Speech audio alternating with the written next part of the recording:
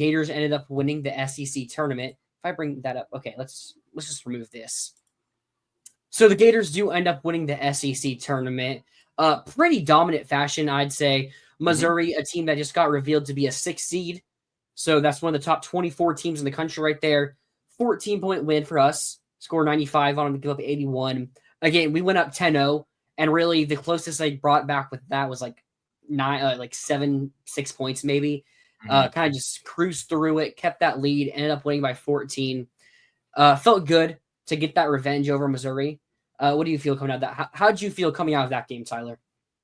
Yeah, I mean, I think you kind of hit it. Like, it's nice to get the revenge there because now only one of Florida's 4 losses is unavenged with the Kentucky loss. Which kind of a bummer. I wanted to get the opportunity to avenge that this week. Same.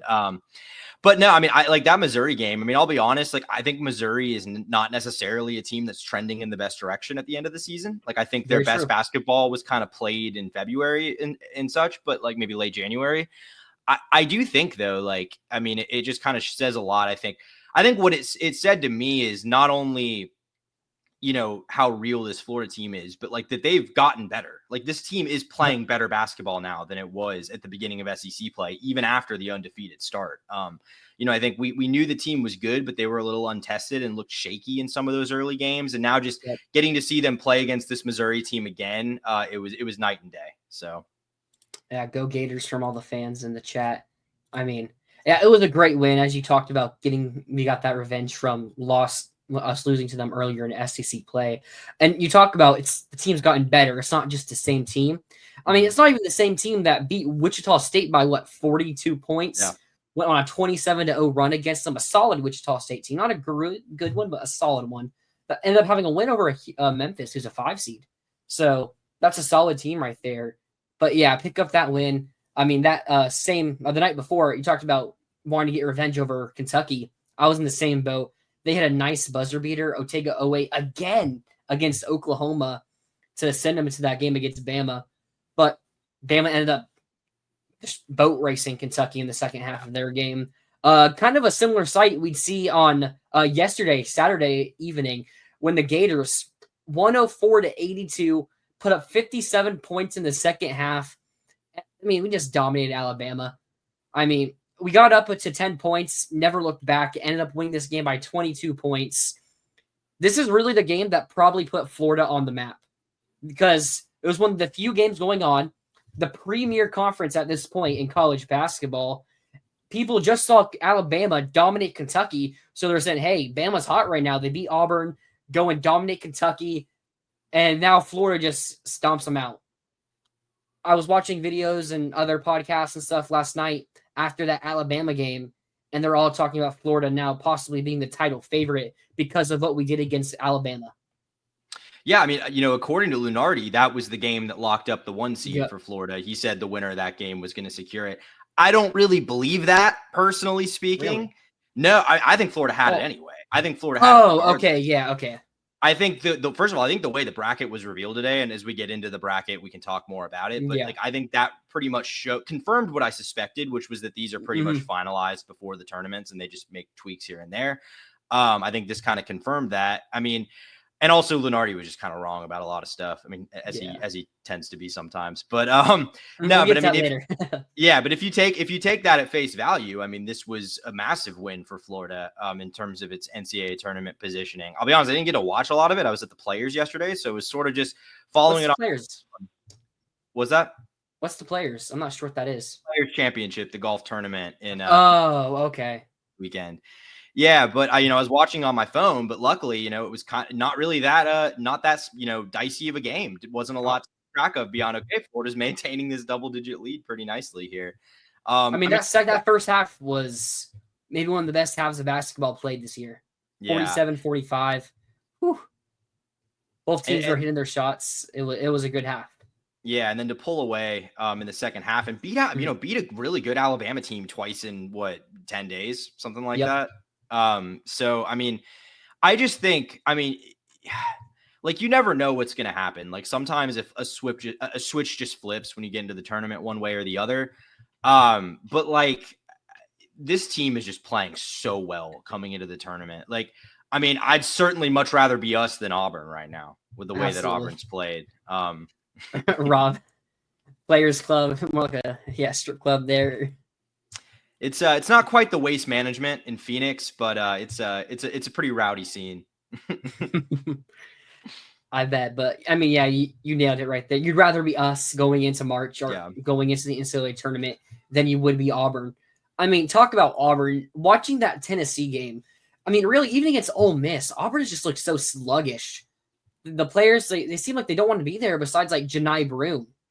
I mean, Broome was going out there putting up he had like 30 points or something in the Ole Miss game, 20 plus points against Tennessee. He put out a great game. I mean, besides missing his first 4 free throws, but I mean, outside of that, he played a really good game. Tennessee was just better. I mean, I say Auburn's been sluggish, but also say Tennessee's been playing some pretty good basketball lately. Yeah. If they hadn't lost that one game to Ole Miss, they might be the hottest team in the country going into our game against them earlier today. I mean, they had won like every game in February besides their first one to Auburn, where they lost a 2-point game to the consensus #1 team in the country. On the road. I mean, on the road. At Auburn, yeah. Yeah, at Auburn. I mean, Tennessee's been playing really good basketball. They said that one slip up at Ole Miss where they lost on a near buzzer beater shot. So it's like they've been playing good basketball. And you combine that with Auburn looking very sluggish.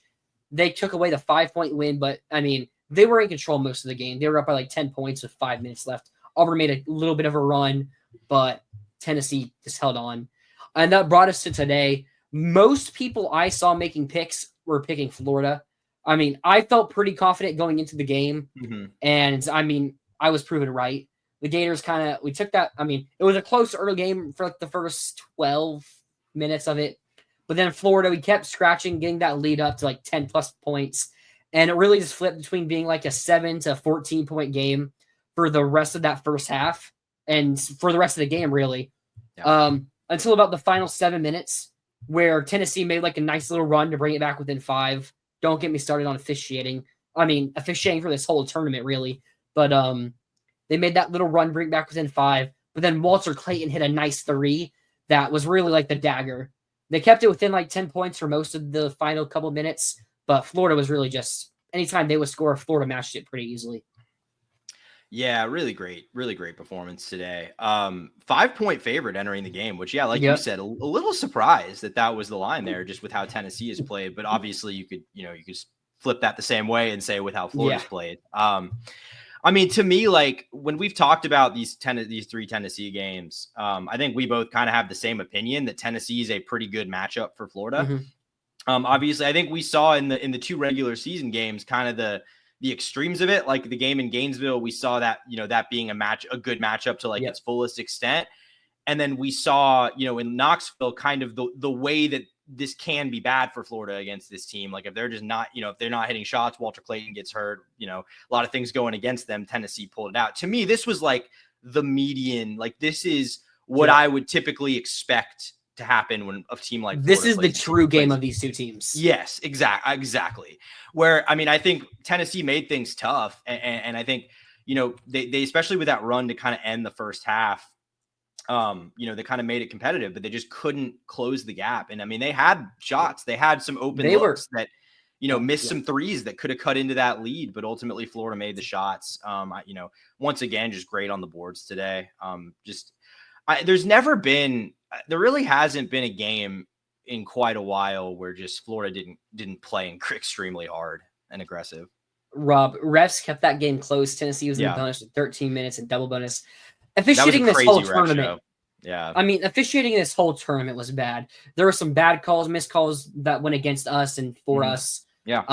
So it's like, I'm going to complain about officiating because of how poor it was, but I'm not going to say it kept us from winning by more, even though I think it did. But no, poorly officiated game today. This was a total ref show, and I'm not even saying it in like the Florida got screwed sense, although they did at times. Like it was just a badly officiated game. I don't want to see 42 fouls. In a SEC championship game. Yeah, and it's a lot of these fouls were barely even, or not even touching players' fouls. I mean, I know at least 2 of them where Florida got called for fouls when we didn't even touch the Tennessee player. I mean, yeah, the only thing I'll say is that the fact, like, the amount of fouls kind of allowed this to be a nice redemption game for the Gators, where it really came down to free throws, and they hit the free throws really well today. I don't remember what the final line ended up being, but they were like 18 of 20 at one point on free throws. We finished 25 of 28. Yeah, Tennessee was 25 of 32. I mean, so they were pretty good too, but 25 to 28, that's special. Yeah, 78%. That's a good team margin right there. Yeah. We were 89%. Yeah. With Houck going 6 of 6, Aberdeen 2 of 2, Clayton 4 of 4, Richard 8 of 8, and Condon 5 of 8. Yeah. So they did really well from free throws. Didn't shoot the 3 as well as they did against Alabama. I mean, you had Will Richard go 3 of 6. He's been on fire. I mean, Will Richard, since he had that 0-point game like a couple weeks ago, he's been lighting it up with the 30s, the 25-point games. Was averaged like 16 and a half in the SEC tournament. Had multiple steals. How many steals did he have? He had 2 steals in this game as well. I mean, he's been playing really well. We're starting to see his combination of him from his sophomore, his first year here at Florida, where he was kind of really just a catch and shoot guy, to him now as a senior, to where he's starting to shoot it really well again, while also having that athleticism and defensive mindset. Yeah, I mean, he's been as key to the emergence down the stretch as anyone. I mean, Will Richard, like in a lot of the games that have been a little dicey this year, where it was kind of, came down to the wire, like Will Richard was the X factor. So I mean, like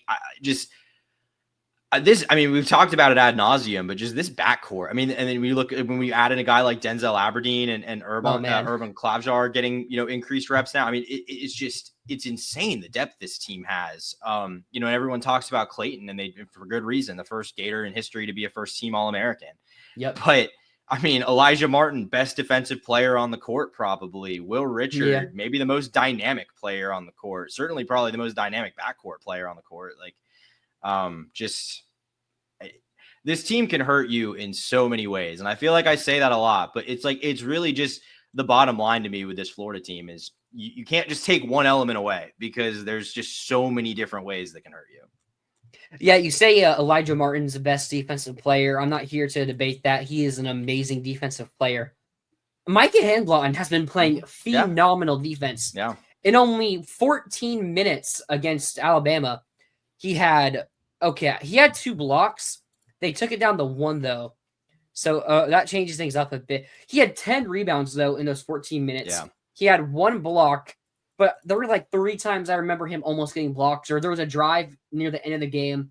Mark Sears, it was 1-on-1, Sears versus Handlon, and Handlon just bullies him, makes him take a shot, hits the side of the backboard. And, I mean, that's just kind of what Handlon's been doing since he's came back from that injury in the last year's SEC championship game. Yeah, I'd say Micah, like, really, I mean, it's been the case since he got back, but like, I'd say in particular, these last 2-ish weeks of the season, like, I think we saw him be a little bit slow to get back into it, but he's really, I mean, we knew it would be a big X factor for this team to get him back, but I think we actually might have like understated how important it was, because just having someone when Condon or one of Condon or Chinyelu aren't on the court for just rotational reasons or for foul trouble reasons or whatever, to have a 7'1" Micah in there who has just been a machine rebounding the ball. I mean, part of that's his height, but I mean, he's also just kind of in the Houck sense, just always puts himself in the right position, it feels like. I mean, continuing with the bigs, Ruben Chinyelu, his offensive progression throughout the season, he's got so much touch now on that hook shot near the rim. Yeah. I mean, a lot of people, I guess we really not specifically, coming into the year, like, yeah, he should be a pretty good defender. You're not going to have probably not going to have Handlon for the season. Condon is a progressing defender, but Chinyelu, big size, 7'6" wingspan, he's going to be a good defender. His offensive game is what you really don't think is going to be which we saw a lot throughout the start of the year. But now, in these big moments, we saw it a lot against Alabama, Missouri. That hook shot is becoming unguardable. I mean, he only took, in this game, 3 shots. It was 2 of 3 for 4 points. But it's always in those big moments when he's getting offensive rebounds, and it's like he's 2 people on him, and he's going up with that hook shot and draining it. I mean, everyone on this team is developing. Walter Clayton Jr., we've seen throughout the year, become better as a point guard, not just as a player, but as a point guard, distributing, keeping the ball. He had, how many turnovers did he have in this game? Walter Clayton had 0 turnovers. Or wait. Okay, no, he had 2 turnovers. He had 0 against Alabama. But again, 2 turnovers against maybe the best defense in college basketball. That's still not even that bad. But we're seeing him develop. Will Richard, we've seen his defense keep growing in offense, shooting, get more consistent. Chinyelu, we see him getting the offense better. Klavsar is learning to hit those threes. Aberdeen gave more and more minutes. He's becoming better. And Hauk as well. Like, these guys are just getting better as they keep playing basketball. Yeah, I mean, totally. I think that's a big element of this. And I mean, credits for that goes to the coaching staff. I mean, they've really done a tremendous job, both building this roster. Cause I mean, it's been talked about a lot, but the only blue chipper here is Ruben Chinyelu. They have nailed the eval. I'm pretty sure, I'm almost positive. Aberdeen was also a 4-star. Was he? I thought he was a 3. Pretty sure Denzel was a 4. I'm checking right now. Point being, even if that's true, not a heavily blue chip roster. It's been, evals both in the portal and out of high school and just development. Oh, no. Aberdeen was a 3. Yeah, I'm pretty sure it was just Chinyelu. And even Chinyelu wasn't like a super highly recruited guy as a 4-star. I didn't even know he was a 4-star. He was a 4-star, but he was an international player, I believe. So he had the maybe some visibility issues there. Yeah, he's 101. 101st. Yeah. Okay. So I mean, like, when you look at this team, it's not like the kind of team that you would necessarily have thought on paper coming into the year would be this good. Over under Klavsar has a 7 of 9 3-point shooting game. That's a lot of shots. The problem is we already have the best 3-point shooter in college basketball in Walter Clayton on the team. So if Klavsar is getting 9 shots, either we're up by 50 points against Norfolk State at halftime, and Klavsar is playing like the rest of the half or the rest of the game, or he's just on fire like that, and you have to play him because if he's not missing, he's not missing. You got to keep him on the court. Yeah, I mean, I think it's one of those things where, like, I think when Klavsar's hitting him, the volume goes up. It's just, I don't know if I see a game of him taking 9, but could we get a 4 of 6? I think that's possible. Yeah, like what he was. Did he go like 3 of 4 against Auburn? That sounds about right. Something like that. I know he had 3, so I think it was 3 of 4 against Auburn. I mean, so again, if we're in a tournament setting and it's like a game where we're up double digits pretty safely, pretty good to win a game, like in the Norfolk State game, then maybe he could get those shots. I also see if we're up by that many, he's probably also not taking those shots because we're running up the clock. I mean, I'm going to go under.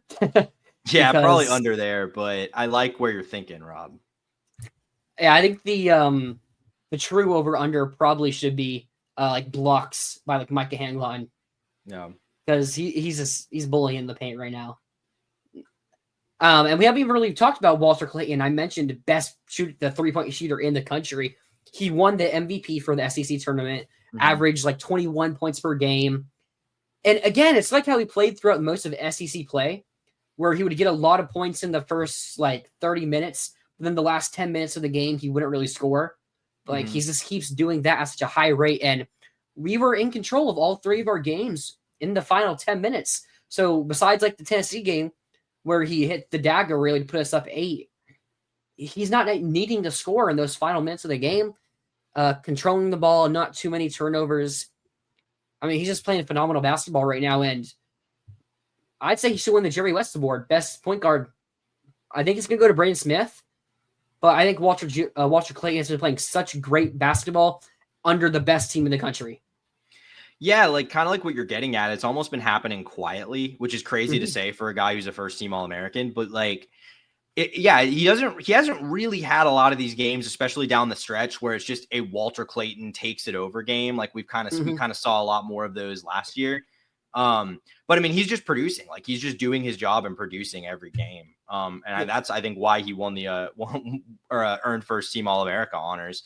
I mean, and I think part of that too is just that Florida has so many more scoring options than it had, certainly last year and even earlier this season. There's just, all the guards are shooting pretty well. The bigs, I mean, Condon's taken a massive step forward offensively. Like you said earlier, Ruben's taken a massive step forward offensively throughout the season.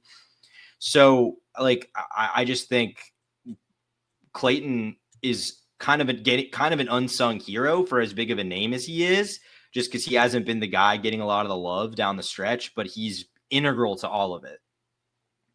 Yeah, I just had something I was going to say, but a comment distracted me. And I just completely forgot about Walter Clayton. Oh, I got it. So you mentioned, like, we saw last year him have those Walter Clayton games. I mean, I think it's pretty clear the reason. Though when he has those Walter Clayton games, it's when we're in close matchups, and he needs to score in those final 10 minutes of the games. Yeah. I mean, Kentucky earlier in the year when he had the score, he put up 33. USF in the first game, we were figuring things out, and we were down by like 10 points in the first half.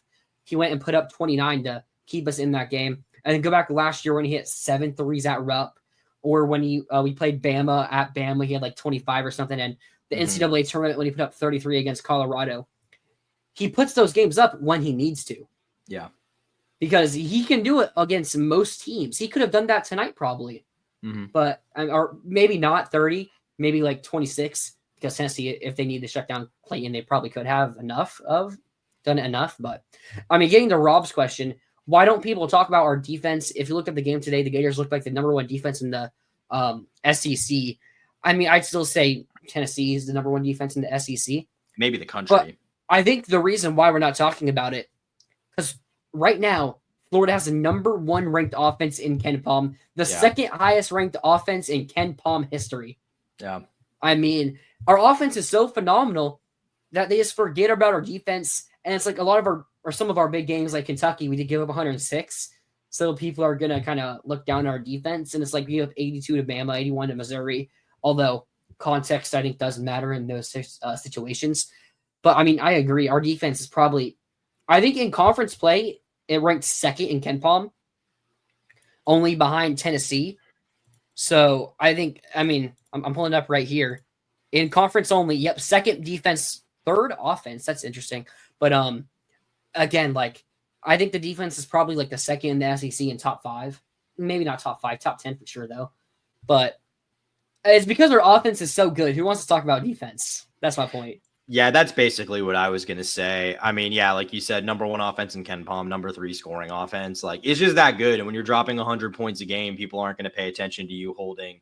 They aren't going to pay attention to the games where you win 77 to 55 or whatever. Like, it's just, it's not. But, I mean, I also think, like, there has been the tendency, like, especially in the games that Florida's lost, it doesn't reflect well on the defense, even though it's not really the defense's fault. Because, like, Florida's just had a few games this year where the other team is just hitting every contested shot. Hot. Like, not like you're giving up open looks like crazy. The other team's just shooting 60%.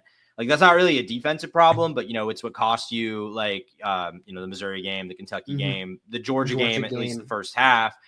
So, like, I think that's probably part of it, is that there have been just a couple times where this defense is just, I don't want to say allowed the other team to get hot, because it kind of just happened, but that led to losses. And that's, I think, done some damage. And obviously, like, you look at yesterday, like, dominate Alabama, but still give up 82 points. So it's just not what people are going to talk about, I guess, is what I'm saying.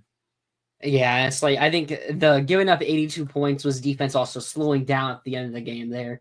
Like, if they were still fully 100% locked in, we'd probably hold it below 80. But, I mean, we saw, they also Bennett Anderson, the walk-on, Bennett Anderson getting that bucket. Did you see that? Wait, sorry, what happened? At the end of the game, we put the walk-on Bennett Anderson in, the senior assistant, whatever. And he got his first ever bucket in the Alabama game. I actually missed that, but that's awesome. Oh, wow. I saw he got sorry. Yes. I did see that. I didn't realize that was his first career bucket. I did see them post the video. I didn't realize that was his first. That's awesome. Had everyone going crazy. He did it on LeBaron Philon too. I mean, the game was over, so I'm not going to be like, oh, Bennett Anderson's better than LeBaron Philon. But to get it on the walk-on, to get it on the 5-star first-round draft pick, that's a pretty cool moment for him. Something he's probably never going to forget. Yeah, we can at least start the conversation about him being. Yeah, I'm just going to say, when 1-on-1, Bennett Anderson's up 1-0. There you go. All right. Tape don't lie. Tape don't